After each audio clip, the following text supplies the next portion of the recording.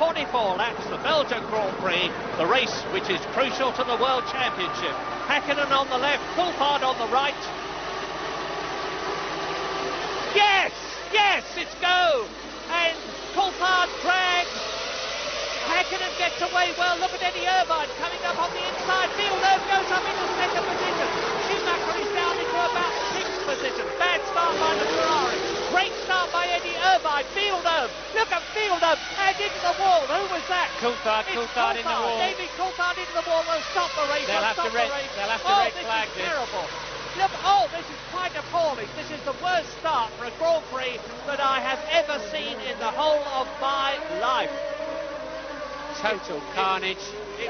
David Coulthard went off up the hill very early on, and then they just all piled into him in the poor visibility, and they have no ability to stop. The tyres are cold, and everything locks up, and he just absolutely slides straight into the accident. Yeah, the race doctor, of course, Nicosala, you saw walk away, and he had a gigantic crash yesterday.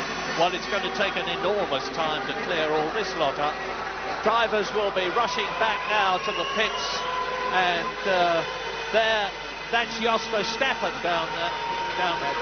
Barrichello, I apologise. Well, running back, there's Nicosala in the black overalls, and getting his steering wheel off there was Esteban Tuero. That's Takagi in the green helmet, and of course they're running back now to get into their spare cars, which won't necessarily have been set up. And if two cars in the same team have been damaged, it's quite conceivable that one of them won't be able to start. Yes, I think they're trying to... Eddie Irvine limping, you see, on the left. And the two cross drivers, that's Olivier Panis, and there's Barrichello.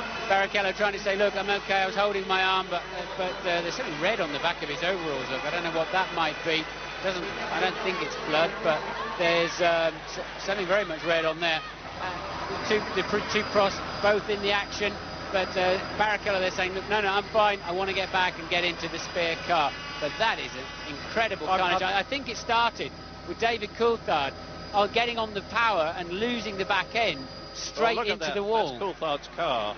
But that was hit several times, Murray, after he hit the wall. Now watch it now, look, David Coulthard over on the your right of the picture, swings across and just lights up the rear wheels, had a big frontal impact into the wall anyway. And now the real action starts. David goes over to the other side, and then in the middle, somebody's braking. Eddie Irvine gets caught up in the Benetton, and they just keep smashing into each other. Look at Salo's car, his second big accident of the weekend, and then after that, total carnage. Nothing they can do. But Rosset just smashing into the back of the lot of them. Big accident.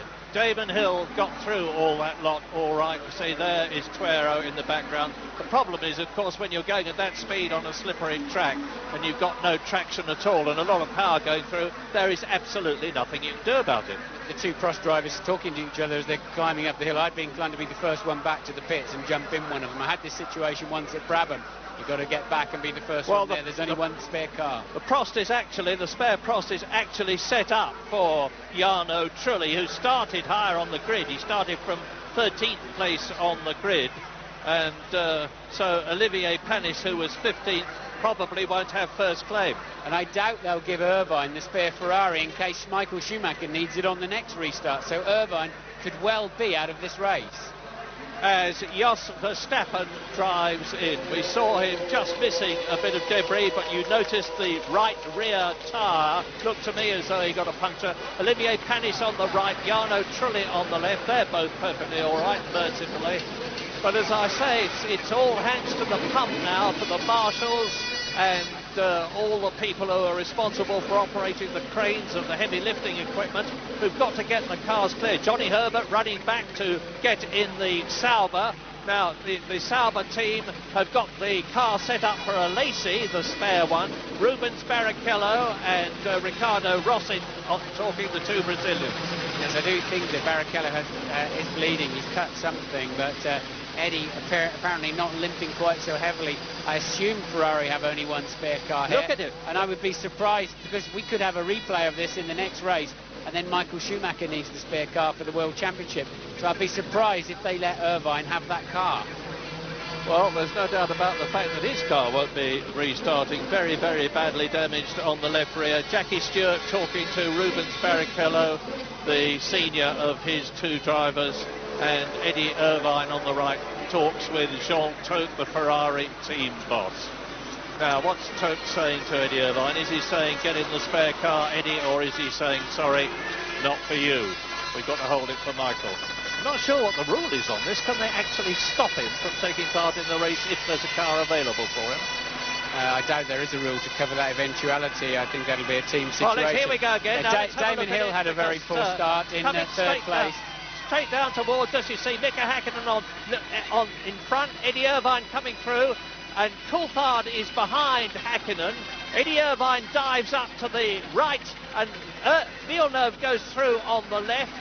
Damon Hill and Ralf Schumacher turn round. Now it's at this point that David Coulthard puts the power. Watch the McLaren in the background. There he goes across the track, into the wall, across the path of Heinz-Harald Frentzen. Off go the wheels, into the Armco goes David. Damon Hill goes through. There's Eddie Irvine's Ferrari being hit by Mika Salo's arrows, which also hits David Coulthard's McLaren, which had already been virtually written off.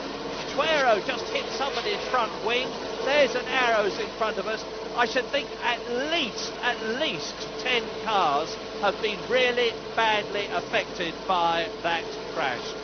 It reminds me of the appalling crash at Indianapolis some years ago. But mercifully, no, Eddie looking very quiet and calm in the pits. Does that mean he's not starting, or that he's just getting himself together to restart? Well, there are other cars at the end of the pit lane. Truly's managed to get himself in the frost. We can see Wirtz at the end of the pit lane ready to rejoin. They should be allowed to go round and reform on the grid, because obviously the race was stopped before the end of the first complete lap, so it's a whole new race. And now we'll have to see. I didn't see any sign of Eddie Irvine preparing to get in the T car. Normally there'd be frantic activity, and well, there's so many. That car's one of the Benettons. I thought I saw some flames in the back of it. I thought I saw some flames coming out, just creeping out behind the bodywork there. The point is that it's happened once. There's no reason, to be honest, why it shouldn't happen again. But James Allen's got some news for it. What is it, James? Well, I'm down at the scene of the accident now. There are, as I count, 9 cars that have been damaged in this incident. We've got obviously arrows, we've seen a frost. Both the Tyrrells seem to have been pretty badly smacked up. One of the Stewarts, one of the Benettons is there as well. But it's worth making the point that it seems that none of the drivers are still in the cars. They all seem to have got out and have made their way back to the pits via the medical centre, no doubt. And also we saw some bits flying off some of the cars up towards the debris fence, where there's a great big crowd, of course, on the outside of the straight. And looking across into the grandstands, it looks to me, and I'm very glad to tell you this, that no one in the grandstands appears to have been hit by any flying debris. Well, Ron Dennis there talking to David Coulthard. I won't say David caused it, but it certainly all happened after he went off the track. First of all to his right and then to his left. But he's zipping up his overalls again, getting ready to get into the spare McLaren. That was a very big first impact there for David Coulthard. Obviously lit up the rear tyres, went straight across the road and head first into the wall. Just a pure concrete wall there. This is the other side of the track where he ended up, and then another car hit him